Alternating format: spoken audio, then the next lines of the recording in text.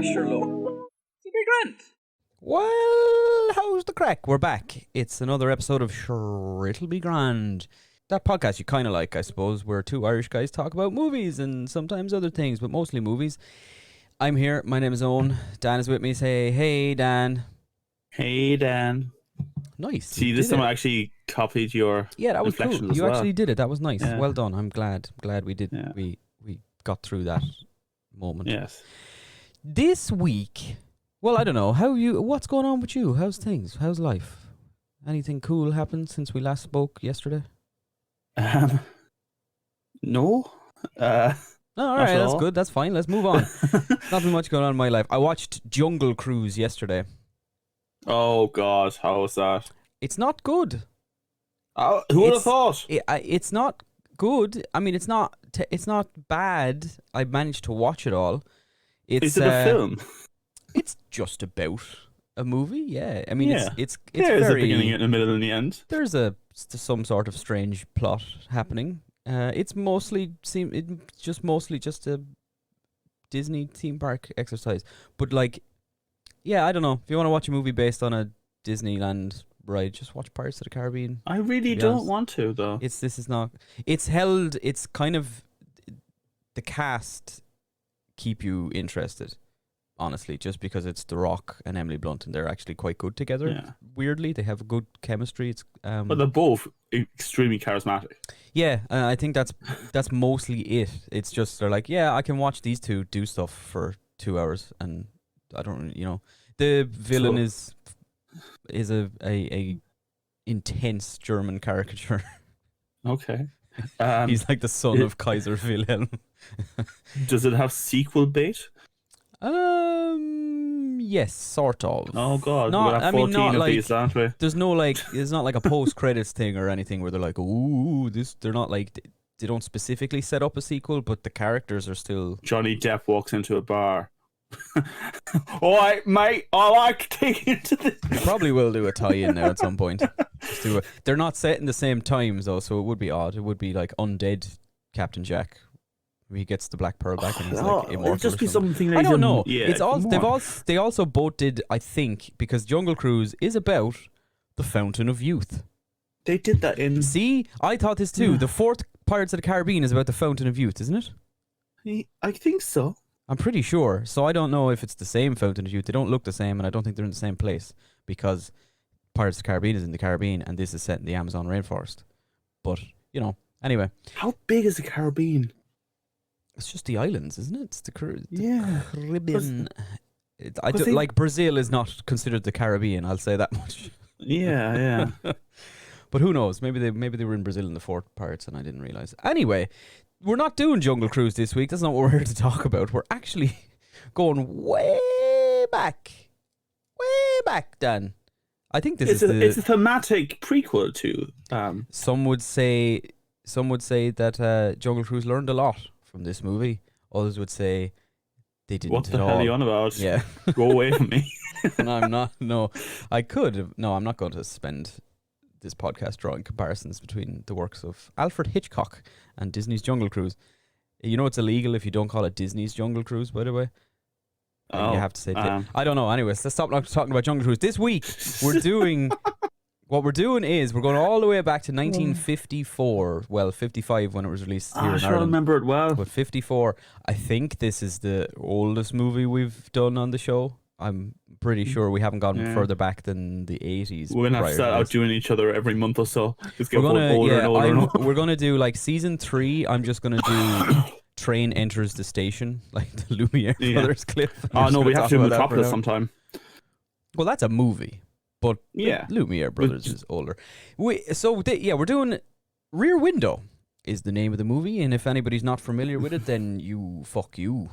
How dare you? No, This is, no. no, I'll tell you a little bit about let's go through a little bit about Rear Window. Okay, so it is a Hitchcock movie. It is from Sir Alfred of the Hitchcock, who Yes. everybody knows. Who's I'm English, pretty did you sure. know? He's English, Yeah. yes. He was Yeah. born and raised in London, an Englishman by birth. He got American citizenship later in his life, but he is an Englishman, yes. He's knighted by the Queen before he died.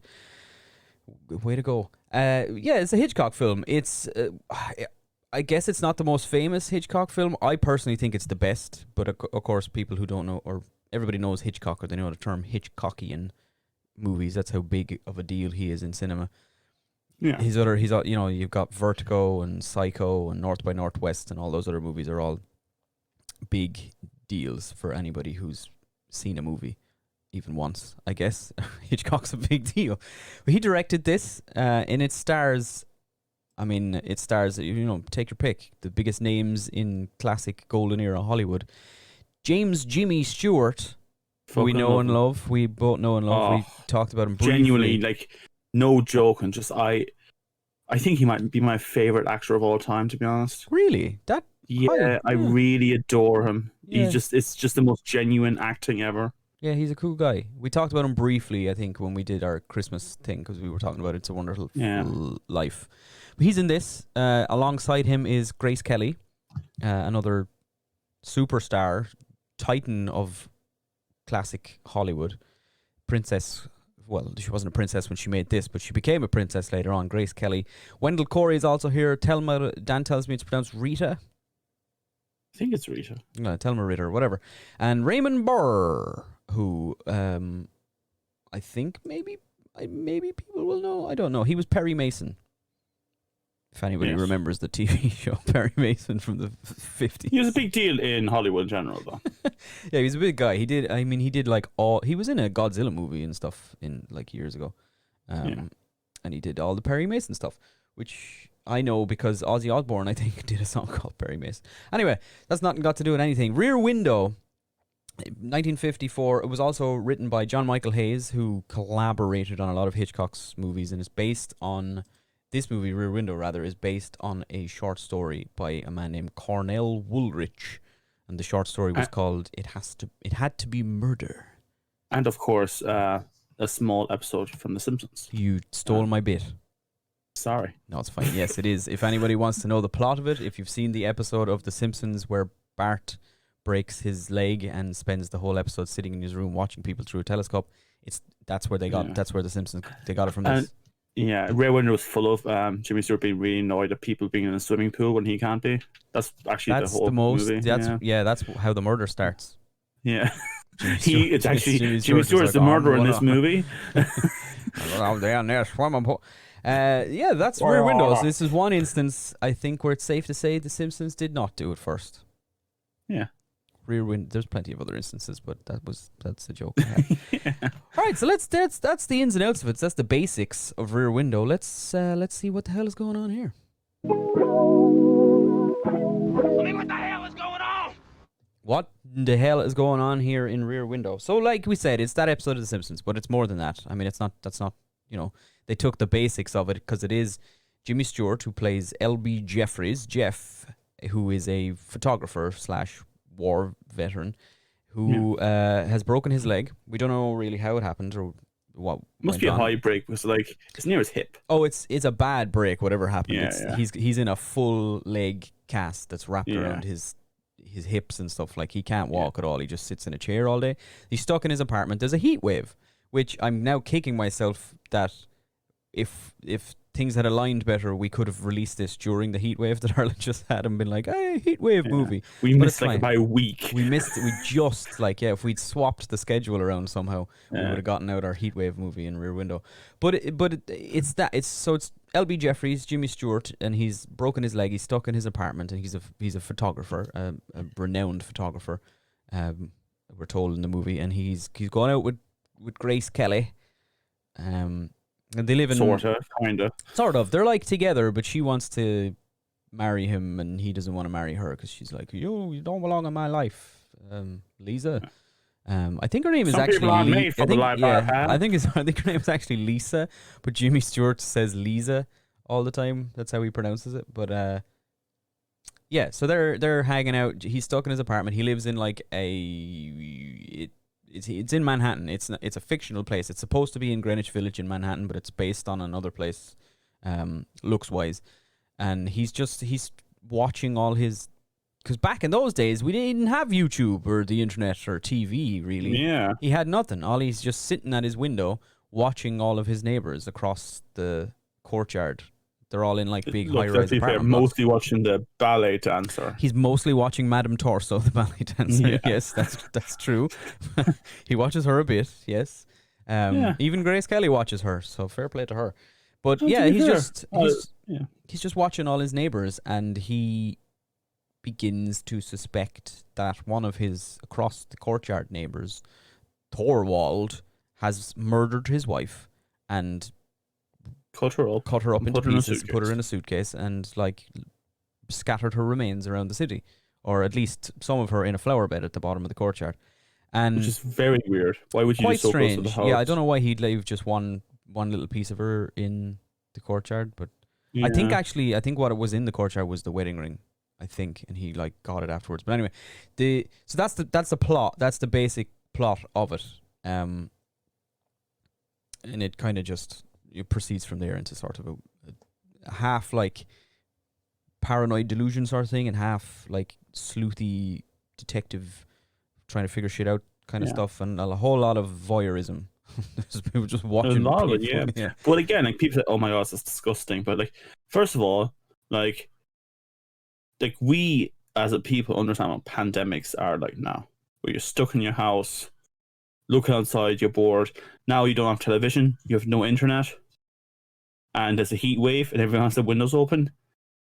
I guarantee you, there is not anyone who's listened to this podcast and says they wouldn't look around at least through some of the windows is a dirty, filthy liar.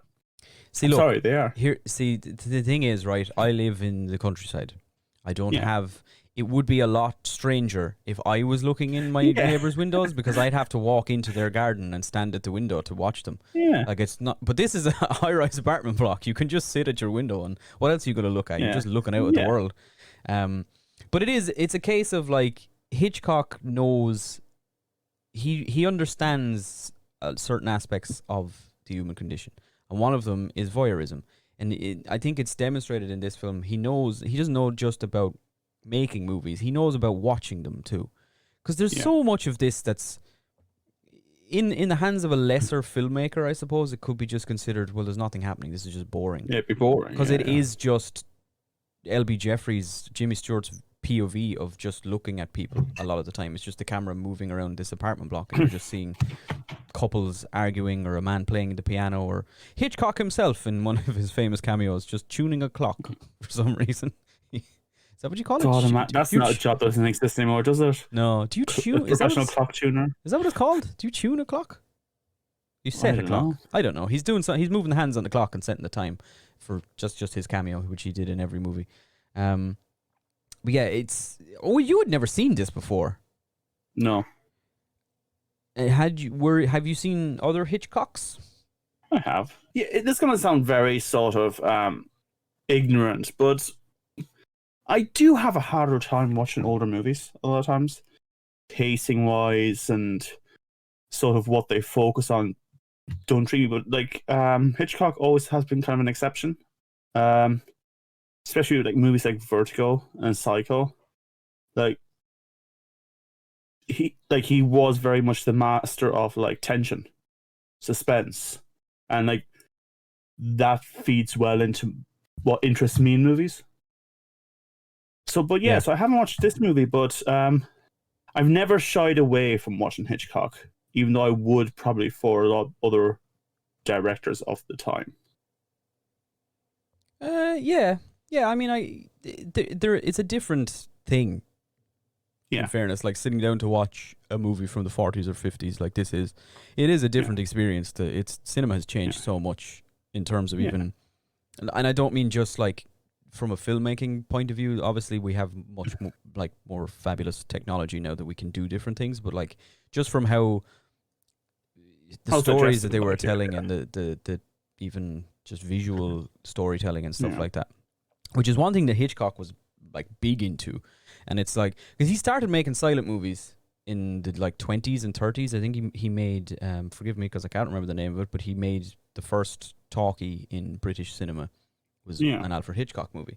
But what happened in that era was when talkies came around and suddenly you had sound and the actors could say things to the audience. A lot of directors and a lot of like studio productions stopped using visual storytelling in a sense. Like the silent movies had to be, that's all they had, but now they didn't have to, so they could just have somebody say something. Whereas Hitchcock didn't. Hitchcock was like, no, why? That's the image is the movie. You're here to look at it. I'm not just going to have somebody tell you things, which is a kind of just an interesting facet of Hitchcock films as well. I suppose he's big into that. Like, yeah, and I mean, thinking now, like I'm thinking Rear Window. If you just took the voices away and just had a few lines being said once in a while, as you do in silent movies, like written in text, the movie wouldn't change a lot.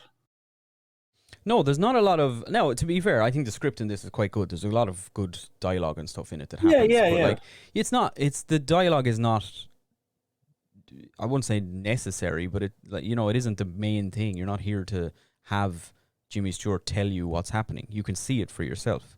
You're as much... Yeah. We as the audience are as much sitting in this Manhattan apartment complex watching these things happen as the characters are in the movie. We're seeing what they're seeing, and we're part of it in that sense, which is great. Cool. And it hasn't been replicated. But they've tried. People have tried to make movies like, specifically, I don't mean just Hitchcock movies. Obviously, people are trying to replicate Hitchcock all the time. But there's been movies that are like Rear Window, in a sense. There was one, I remember, was it called Suspiria? It came out, it was like, Shia LaBeouf was in it, and it was the same, Shia LaBeouf, from Transformers and all those things, was in it, and I think it was kind of a similar plot, but it went into this weird, like, I'm going insane, I've lost my mind kind of stuff. But it was clearly like took a lot of inspiration from this. I would say though, to me, of all of, now obviously I haven't seen every Hitchcock movie. He made like fucking 600 bajillion. He didn't even made like 50 something movies or whatever. But of the ones I've seen, this is different to me than say your Psycho, or even North by Northwest is quite different as well. But it's clearly Hitchcock like is a master of storytelling. He knows exactly what he's trying to do, and he knows exactly how to do it. But this isn't, as I would say, like, it's not, if you want, people talk about the term like Hitchcockian and like thriller and suspense and that sort of stuff. There's suspense in this, but it's not like the super taut tension of your like Psycho or something. Like, it's a kind of a different kind of, it's more of a quieter. It's more suspension of what's actually happening and how the character perceives what's happening. Because, like you said, there is that whole paranoia. Like, could all of this be nonsense? Especially near the end of the movie, where his girlfriend climbs into the house and like tries to find it. There's still an element of, this could be fake. This could all just be a weird misunderstanding. Like, yeah, because you don't know. It might all be in Jeff's head. Until the very end, when it's like revealed. When the reveal isn't like a big reveal, it just sort of happens kind of off screen almost. The detective is just like, yeah, he admitted it.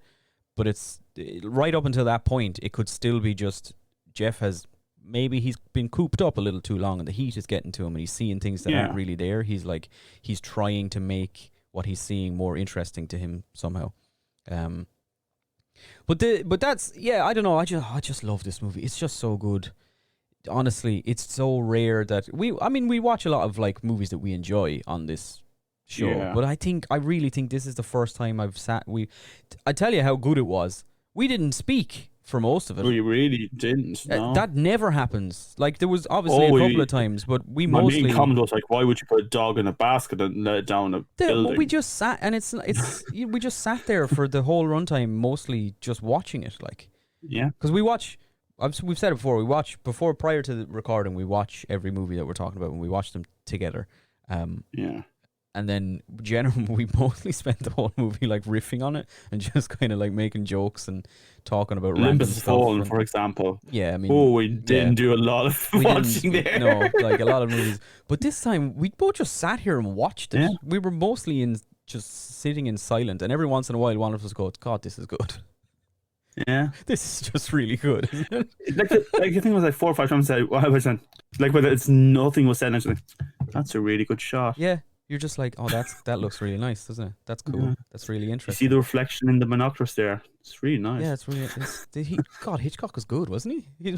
The only thing I think I had was like, yeah, this is weirdly recolored. The hair's a bit weird at the beginning. Yeah, well, so that was the next point, because you said it to me, I think within under a minute of the movie opening. Dan went, was this shot in black and white? And I thought it was as well, to be fair. I had it in my head. I was like, yeah, I'm pretty sure Rear Window was originally in black and white. It wasn't.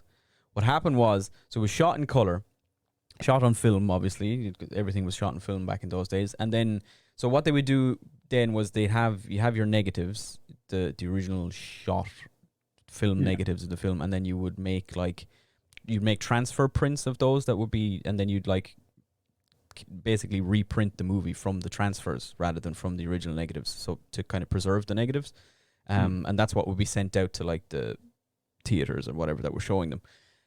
For some reason with Rear Window they didn't do a transfer, they just repeatedly reprinted it off of the original negative, and the negatives got badly damaged, and a lot of the color, in particular the yellow color dyes, faded out of them. So I think it wasn't until the 90s at some point they did a full Technicolor remaster sort of thing where they fixed all the colors and added the colors back and made it Technicolor, which is why it does look, it gets better. It's better in some scenes than it doesn't look bad, but it's clearly, you look at it and go, oh, the color is kind of interesting. The hair, usually anyone who has grayish hair is literally just a block of gray hair. There's no transition between the face and the hair at all. If you ever did any recoloring, it's it's what your first 10 or so pictures look like, because you're well, you color the skin and you either leave the hair or you don't, but it's very obvious. But again, throughout it, sometimes it's perfect, and then other times, and like you said, the yellows were washed out. You can really see because they added the yellows back in, but only one single hue of yellow, so all the faces look like they've been sunbathing in front of Chernobyl for the last 50 odd years. But look, it's actually not bad, but there's certain scenes where you go, oh, okay, yeah. Yeah, and it's interesting to me as well to think that probably for 30 or so years, first of all, people couldn't see Rear Window. That was the big thing. It came out in the 50s, and then Hitchcock, at some point, I don't know, it was in the 60s at some point, Hitchcock bought all of his movies back. So a bunch of them that had been released in big studios in America. America. Oh, good old America. I think Vertigo was one of them as well. He bought back the rights to the movies, and he wouldn't let anybody watch them. He was just like, no, they're mine. You can't have them. Except I think Rear Window aired. So for 30 odd years until I think his daughter gave Universal the rights to release them on DVD and stuff. Nobody had seen Rear Window. It wasn't looked at. You saw it when it came out in the 50s, and then it was gone. It was part of what they call Hitchcock's lost movies, because nobody could see them.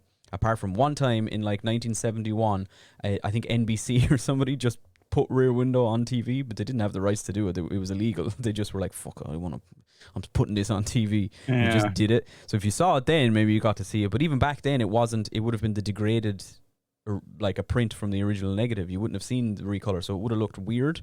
And there probably would have been a lot of artifacts happening in it, and it would have been it's an odd thing. But it's odd to think that this is Rear Window is rightly, in my opinion, considered one of the greatest movies ever made. It's I think at one point it knocked Citizen Kane off the number one spot in that IFI list that which is overrated, sitting on for since forever. But yeah, Rear Window was number one for a while. I think Citizen Kane is back now. Well, I'm sure it is. It's Citizen Kane. And yeah, so people hadn't seen it. That's so weird to me that there was a bunch of movies that now are us sitting here today, clearly we know, oh yeah, Vertigo, Rear Window, North by Northwest, those are Hitchcock's big three, I would say. Well, Psycho. They're the big four. They're four of them all considered some of the greatest movies of all time. But for 30 odd years, nobody had seen them. It was kind of a myth thing that it was just oh yeah, trust me, Hitchcock. Trust me. I know I'm known to try and put Doctor Who into everything in everyday life, but does kind of seem very familiar to what happened with Doctor Who. So if you're talking about classic Doctor Who in the 1960s, they would show a story of Doctor Who, and then it would go into storage. And they were made to be basically seen once on TV, and that's it. And you moved on. Unlike Hitchcock, they started like overwriting these tapes or burning these tapes because storage for tape is expensive. So you actually love like classic Doctor Who is missing, and you only find random copies once in a while in like Africa or India or something where they were sent to be shown in those countries. But it was similar to that. There were like Doctor Who episodes that no one had seen for decades that was suddenly then brought back on VHS and DVD when they suddenly realized, oh, people actually want to watch the old stuff again. So I don't know. There's a bit of a relation there, I think. Yeah, it's a similar situation, definitely. But also, just to correct myself previously, the Shia LaBeouf movie is called Disturbia. Sorry, Suspiria is a horror movie. It's a different thing altogether, I think. And Wisteria is a lane. Wisteria Lane, yeah. Desperate Housewives was Hitchcock universe was Alfred movie. Hitchcock's last work before he died. No, it wasn't. He died. He actually found his scripts hidden away somewhere. Yeah, this was supposed to be his life's work was Desperate Housewives. Yeah. Which, when you think about it, the plot of Desperate Housewives it's based on that kind of super far removed from Rear Window. No, it's not kind of removed from that like weird 1950s, 60s disturbed suburbia. But it's about a murder as well. That all the neighbors like suspect somebody of murder and stuff, isn't it? That's true. Yeah, that's the plot of Desperate Housewives. At least season 1, and I know later like a plane crashes into the house and stuff. Yeah, in like season 3 or 4 or something, I think a plane crashes into somebody's house. And on purpose? No, maybe. I don't know. Okay, possibly. right. I don't know, but yeah, that happens. I think maybe they were going for like a Lost crossover or something at the time. Who knows? Or a Coronation Street Who crossover. knows? Let us know if you want us to do Desperate Housewives week by week. I will say no, but you can let us know. Comment below for our Desperate Housewives review. So let's talk about the cast then. Okay. Let's because they're a big deal. So we've James. I was expecting you to say there is a cast. There is one. There is, much like other Hitchcock films of the year. It has a cast.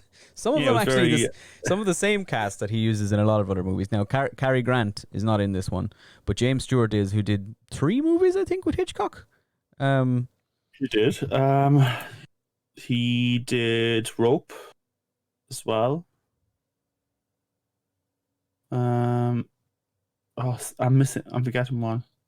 I know he did Rope and he did this movie and something else. Just Vertigo. Was it Vertigo? Yeah, that's right. Yeah, there you go. Yeah, he's in Vertigo, which is after this. It was in 1958. But yeah, Jimmy Stewart. Like, I don't know.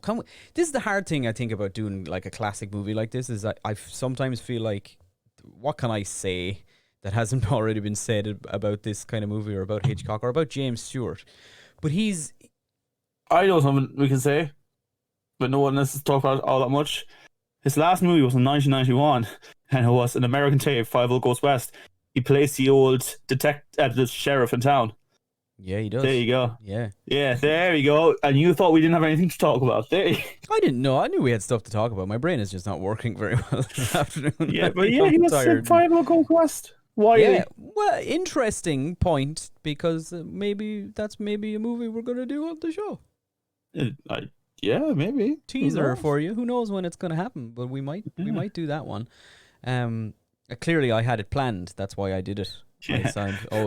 You'll find that every movie we've reviewed this season and the rest is going to have something to do with Jimmy Stewart. That's the secret that people have yet to figure. Well, we've told them now, but but they have to figure out how Olympus has fallen in relation to figure that one out. I think you could probably do like a 6 degrees of separation. Like every movie could be connected to Jimmy Stewart somehow.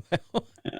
Oh, wouldn't be funny to me. Yeah, let's do it as a joke, and we go over every movie, and there's like, it's 1 degree. It's directly related to Jimmy Stewart in some way. instead of going like, I'm gonna do what's that going now. on? I'm gonna check every movie we've ever done, and I will find a connection to Jimmy Stewart somehow. Artemis Fowl, the lost episode.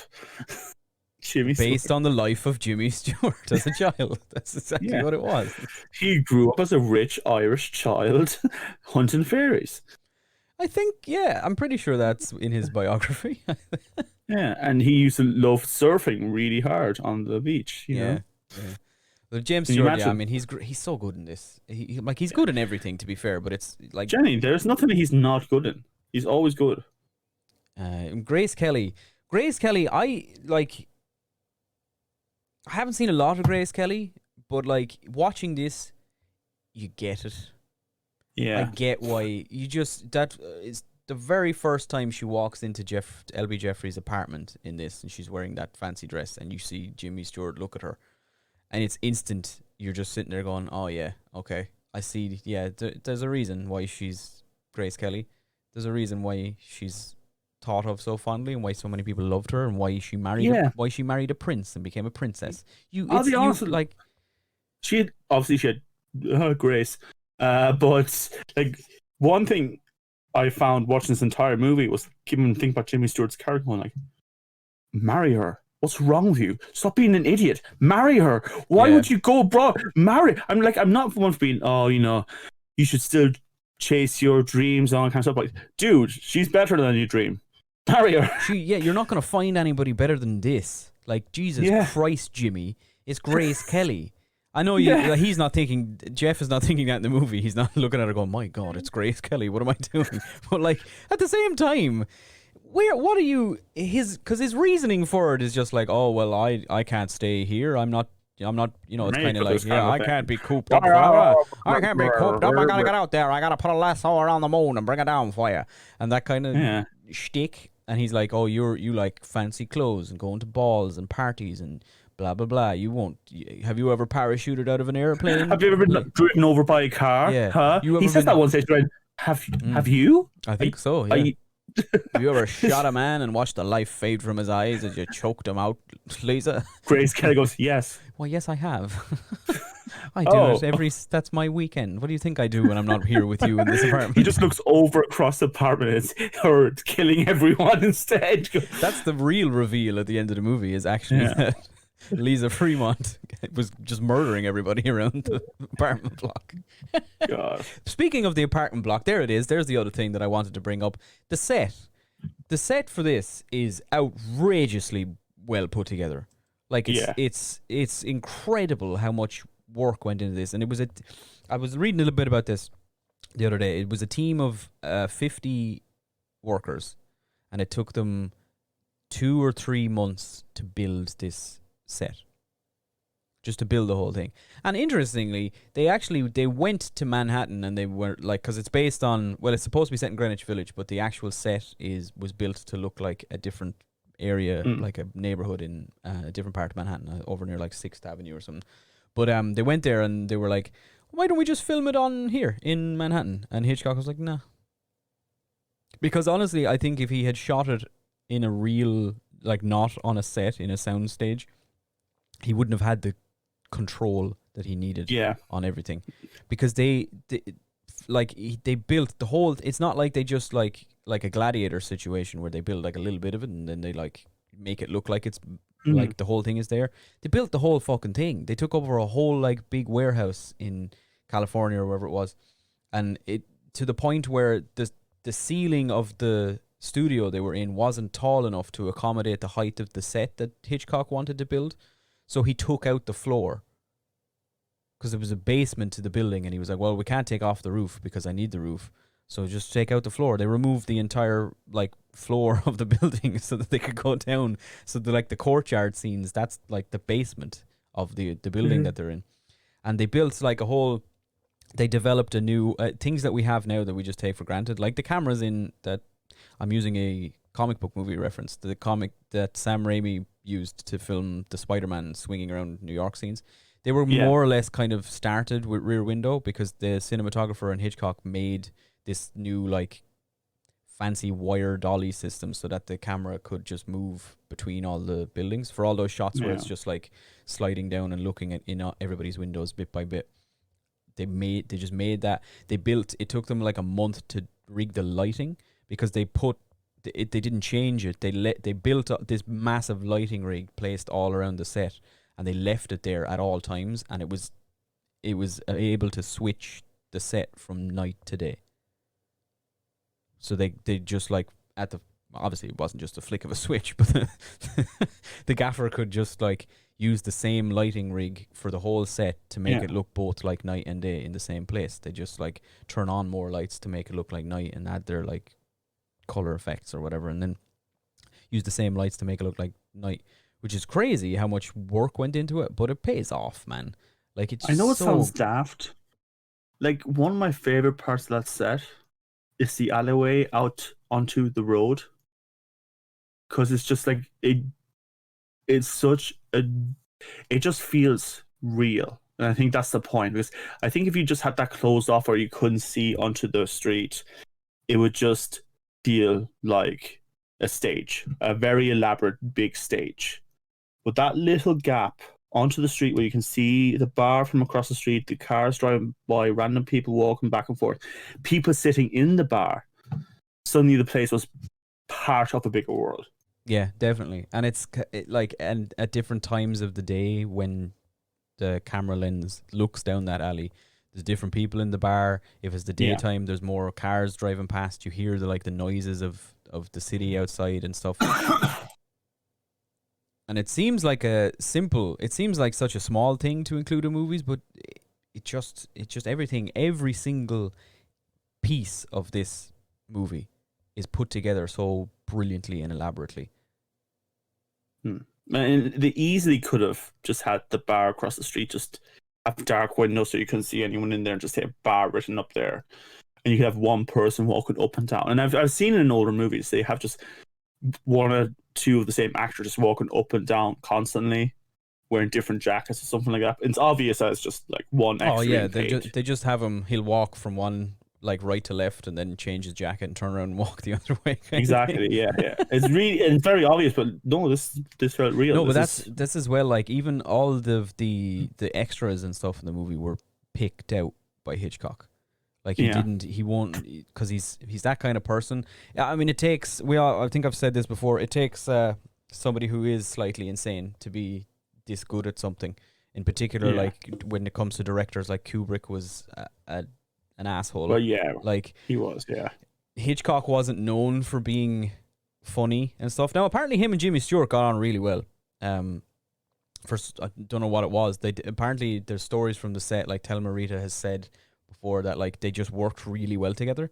Like it wasn't like she said it was a weird relationship because they weren't like friendly. They didn't like joke around or like hang out outside the set, but something when they were filming together just clicked and they just got it. And Jimmy Stewart apparently was like one of the only people on, in particular during this movie and Vertigo as well, that wasn't afraid to like argue with Hitchcock. He would tell him like, no, I'm not doing that. Or he'd tell him if he thought something was stupid or they should do it a different way or whatever. And Hitchcock, of course, would always win because he's Hitchcock. But like, apparently they just worked really well together. So that's probably a reason as well why Hitchcock worked with him multiple times. And same, I suppose, with Cary Grant. And he wanted Grace Kelly back too.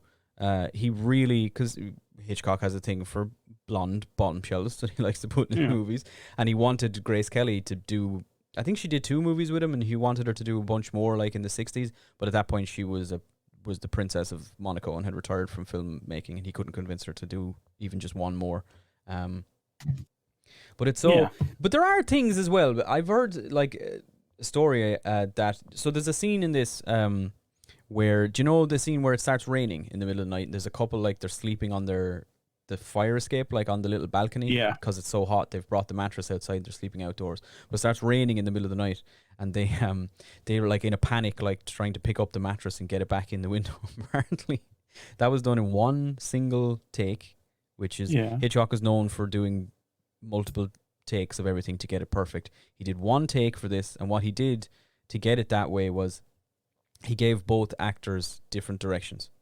He told the man that his stage direction was to pick up the mattress and bring it in the left window, and he told the woman that she was to pick up the mattress and bring it in the other window. So that's why the two of them, they pick up the mattress and start like arguing over it a little bit because they're both trying to move it opposite directions. And then eventually like, they, what are you doing? yeah, like, eventually they like figure it out in a panic and get inside.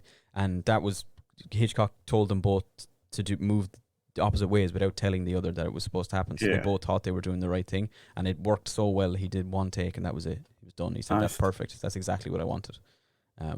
Which is cool, little things like that. Now, Thelma Ritter called it a prank. Then apparently everyone was laughing at them and stuff. But like, I don't know if you call it. It just seems like incredibly clever directing to me, more so than a prank. But Jesus, I don't know, man. I don't know how much more I have left to say about Rear Window. But let's move on, I suppose. What do we do next? The Jesus moment, I think we have to do. The Jesus moment, that's it. Yeah.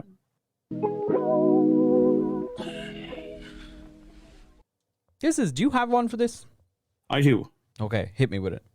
The ballerina taking her top off and leaning over.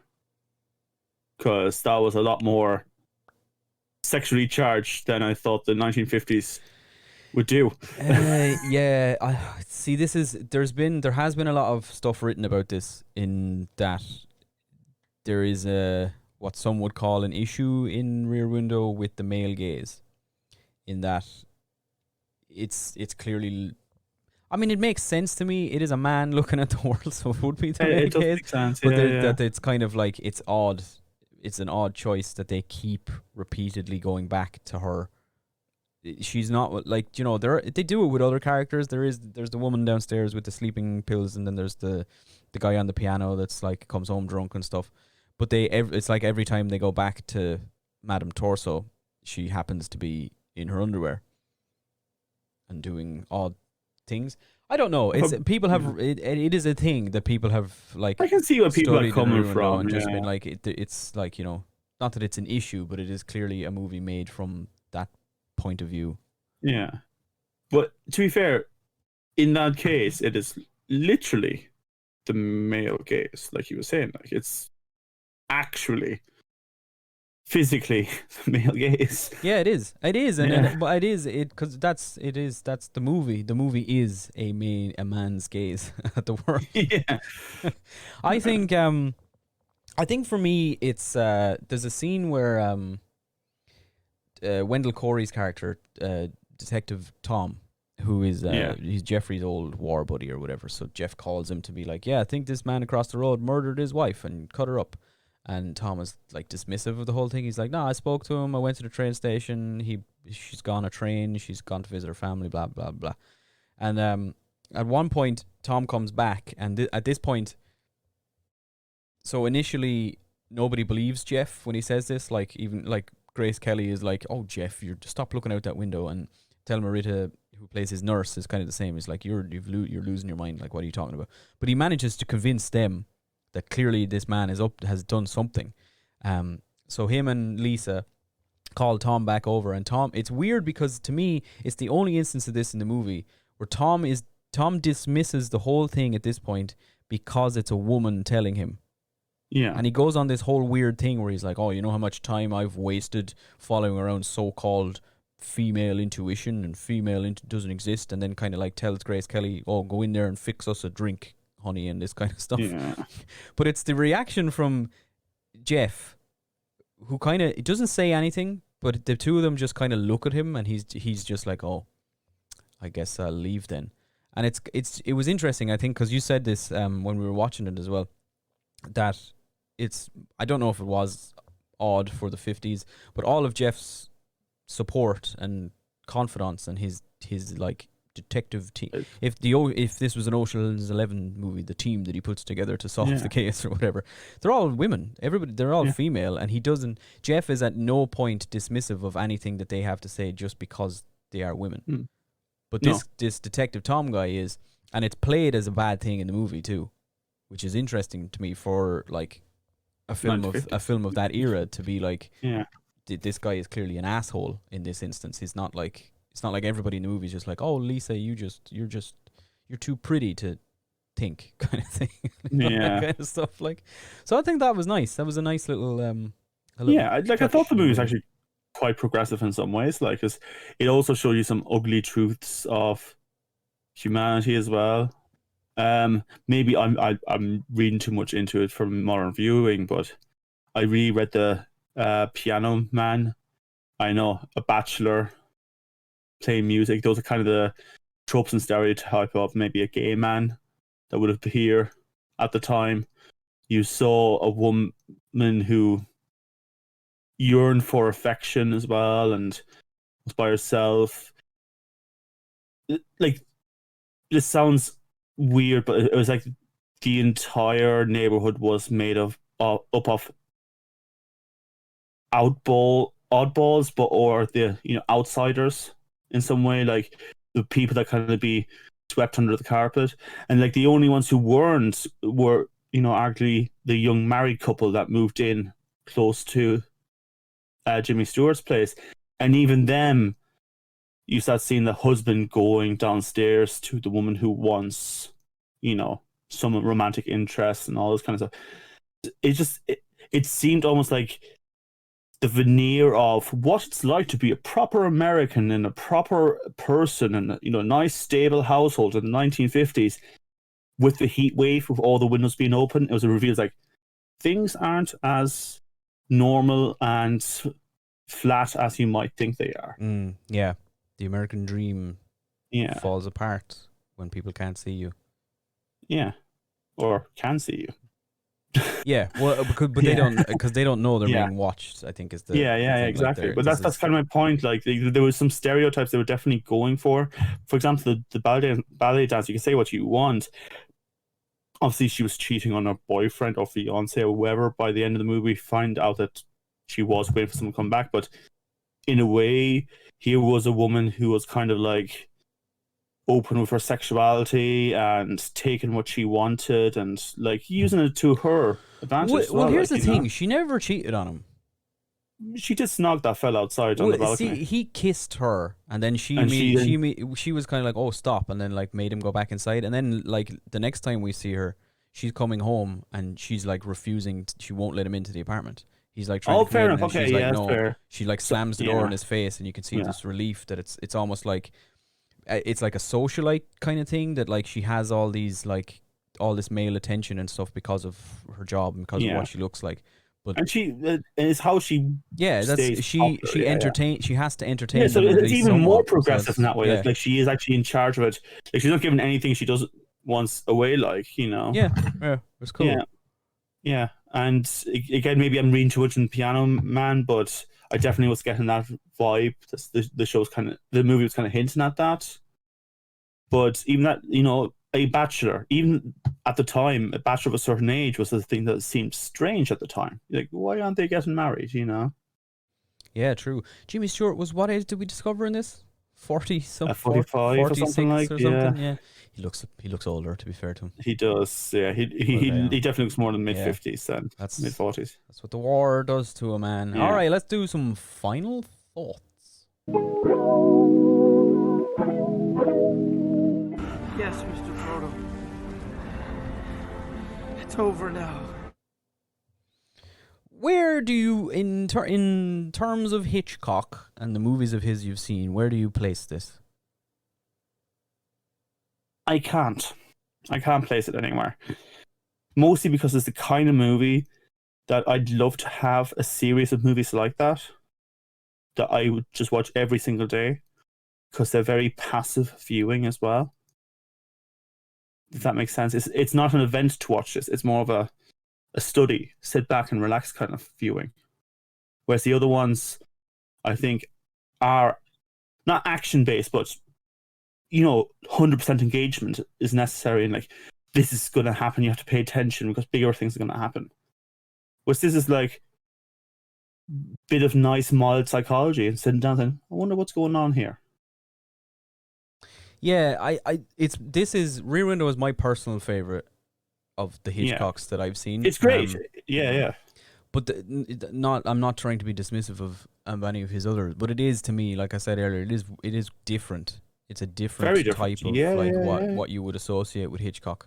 And I think maybe that's why I like it. I don't know. It's just it is such a deep kind of like, it's just a deep set voyeuristic view of like a microsphere of the world. Yeah. That you are essentially, you feel like you're so in the movie. You are in this Manhattan apartment block. What you are watching these people. You don't know a lot of their names, and you don't know who they are. You may as well be the person in the room that no one's acknowledging. That's the thing. But we don't know most of their names. We don't really know like a lot of specific details about them. But from the like 4 or 5 brief little cameo looks that we get throughout the course of the movie, that there's so much that we can piece together about them, that we can know about their, even just what we were talking about earlier about the ballerina, the ballet dancer. There's so much that we ourselves have put together in this thing, and that's a lot of, I think, what the movie is about as well, is how we look at people. It's the act of looking and the act of everything that goes along with seeing other people and looking at them and judging them almost to an extent, but it's not so much about the judging, it's more about the act of watching. Yeah, people how watching, we see people. Which is just, I just think the whole thing is fascinating. Yeah. To be honest. And that's Rear Window. It is Rear Window. We did it. Our first. I have a question. Quick question. Yeah. What if it didn't end up not being a murder? Would the movie have changed much for you? If there was no murder and Jeff if it was just actually made it up in his head? Yeah. Not really. No, I don't. The movie's still there, isn't it? For Like, me, not much has honestly, changed. like the murder and that whole thing is not really what draws me into the movie. That's kind of it's the plot, I suppose. It's kind of like the hook of like how the studio like, yeah, it's about a murder. Most but like, of it. I think for most of it, it's just him. The appeal is to him when his visitors coming in and saying, "Hey, what do you think of this? Because I saw this. What do you?" Yeah, think? it's that like it's an appeal to that basic like gossipy nature in everybody. Just like, we can't help but like think, oh, did you hear about Mrs. Murphy down the road and her blah blah, this kind of thing, and it's so I don't think so. I don't know if it would matter all that much if the guy hadn't killed anybody. Better. Yeah, it's not like it's just not it's not the thing about the movie that I like. Is not this weird little murder mystery type scenario. Yeah. It's everything else. Yeah. Where's Rear Window? That's our first delve into classic Hollywood, I think. Maybe we'll do more. Who knows? It was a little bit different for us to not talk about a big dumb popcorn flick. But we did it. I'm glad we did it. Hopefully, if you guys like it, we'll do more classic cinema. We'll go back and do, I don't know, maybe we'll do Citizen Kane someday. Yeah, so let us know if you want to see us do more movies like this. I'd be happy to. I really want to do that for this, because I felt that we could actually talk about, because don't get me wrong, I like our stupid popcorn movies. I really do. But a lot of times we joke about tropes and weird things we notice in the movie, and it's a lot of fun, but it's nice getting into a movie that had a lot of thought put in and makes you reflect on things, you know? Yeah, it's different. I think this episode has been different, to be honest. I don't know even. I think I made one joke. Maybe. I have to get them all out of me. I have to just vomit jokes now. Well, I think we might have the perfect movie next week. Well, what are we doing next week, Dan? Short Circuit 2. Oh, okay. Yeah. We're doing a sequel rather than the first one. Right. I chose this because it's a childhood movie for me. I adore this film. Oh yeah. No, I don't know how to. It's just literally like child bubbles bubbling up from you know, from your chest. That's what it feels like. It's a great comedy. Some really great practical effects. It's usually when the sequel is better than the first movie, and that's quite rare. I haven't seen either of them. Okay, ever. That'd be interesting. I don't. To be honest, you don't need to watch the first one, because I watched the second one when I was a kid before I watched the first one. Well, I hadn't planned on watching the first one, to be honest. But yeah, I think the episode will be more fun if I haven't seen the first one. Yeah, I mean, to be honest, it can explain very quickly away what's happening, but yeah, there's been talked about Short Circuit 3 for a while, but I don't. We'll get into that on our Short Circuit 2 episode next week. So, Short Circuit 2 coming, a bit of a departure from this week, but this was a departure from everything else. So, I hope you guys enjoyed it. If you did, don't forget, leave a like, comment, subscribe, all that juicy stuff. Media. Tweet at us, email us, do all those groovy things. Go into our Facebook, comment there. Yeah, so, and that's that for this week. Thank you very much for indulging me in me wanting to talk about one of my favorite movies. So, we will see you guys next week. Well, we'll see you Friday for the news stuff, and then we'll see you back next week for Short Circuit 2. Love you. Bye.